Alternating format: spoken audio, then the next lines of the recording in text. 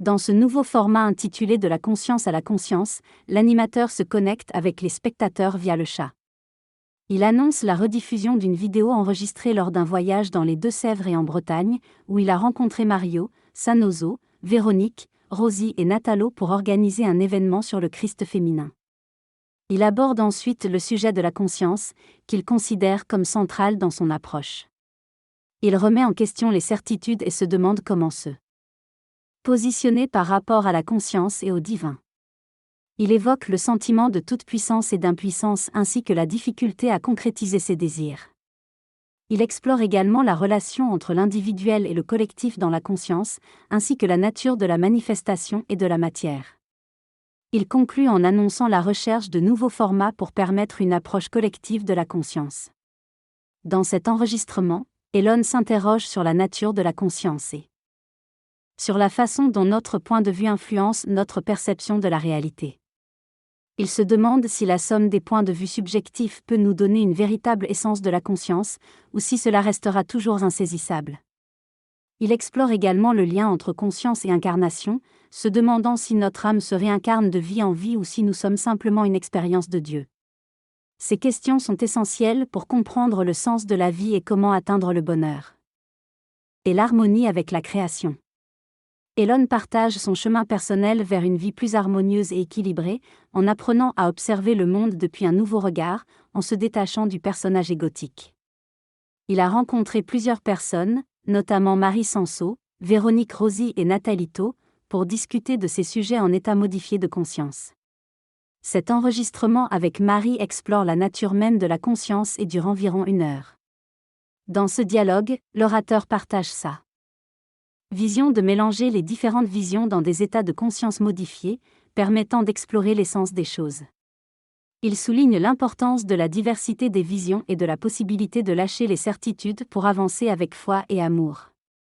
Il conclut en invitant les participants à se connecter à leur cœur et à poser des questions sur la conscience, afin d'approfondir leur compréhension et d'échanger en respectant différentes perspectives.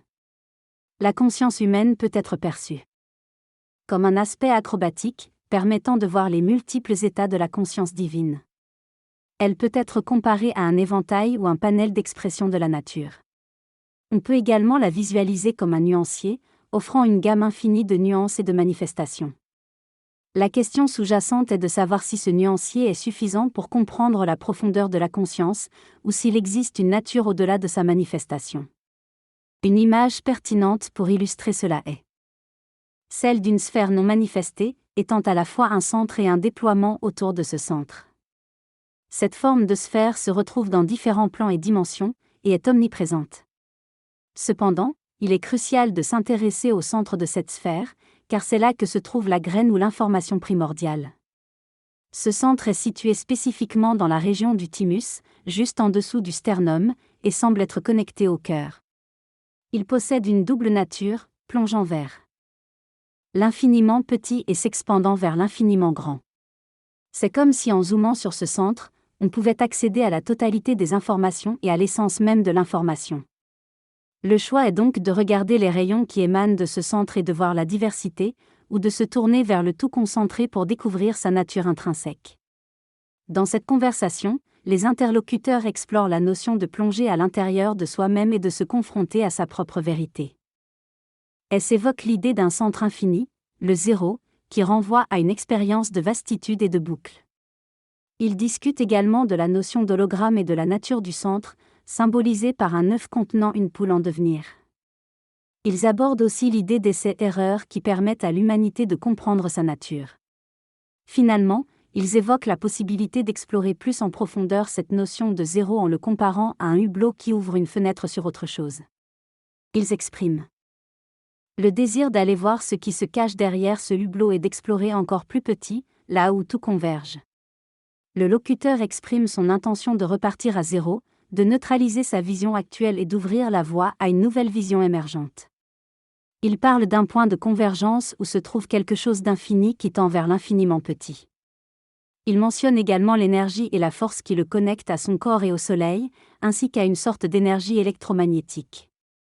Il décrit une expérience de résonance avec cette fréquence, où il se sent en harmonie avec tout ce qui existe, y compris les espaces et l'incréé. Il mentionne la résistance de sa forme corporelle, mais reconnaît que c'est sa conscience qui maintient son être, et non sa forme physique.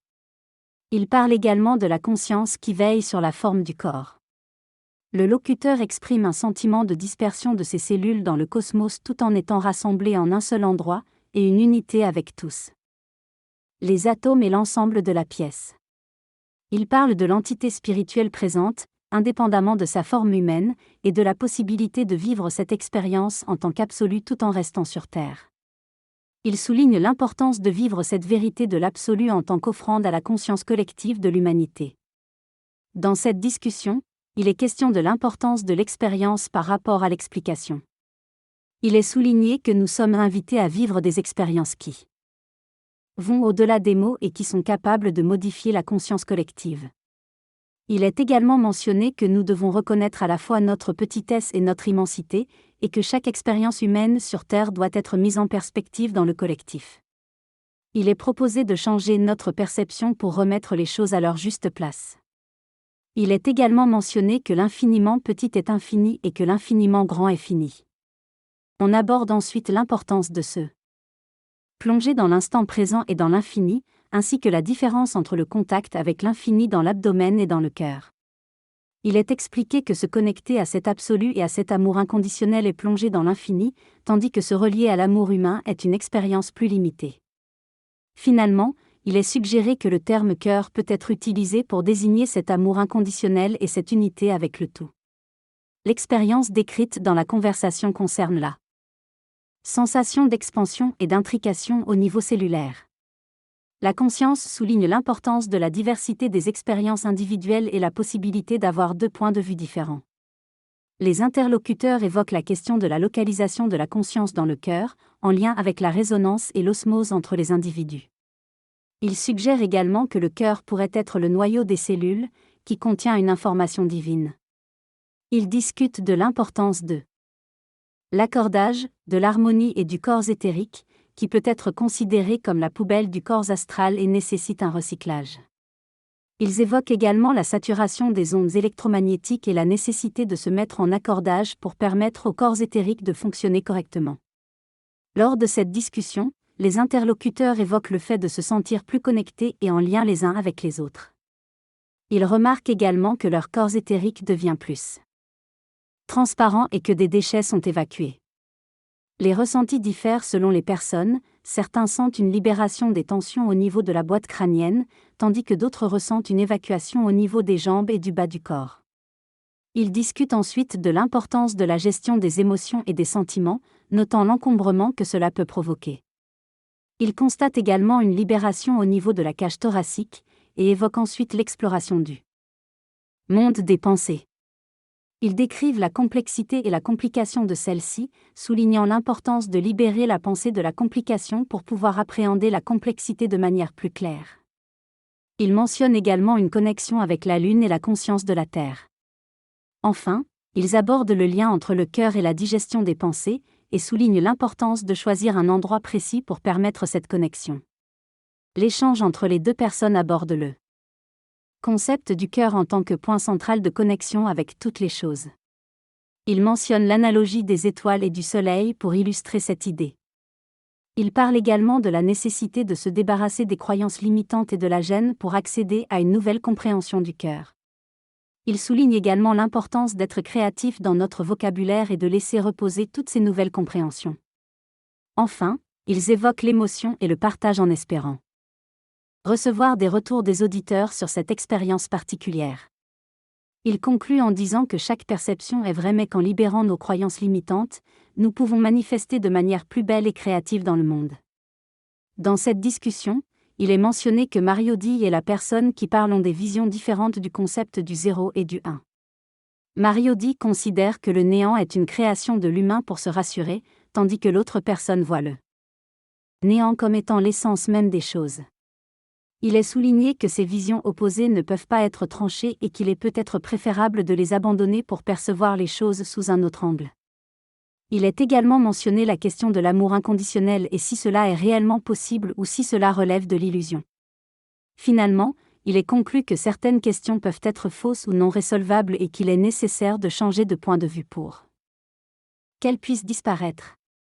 Il est également souligné que la conscience ne peut pas être complètement cartographiée, même en prenant en compte les perceptions de tous les individus, car il est impossible de saisir l'essence même de celle-ci.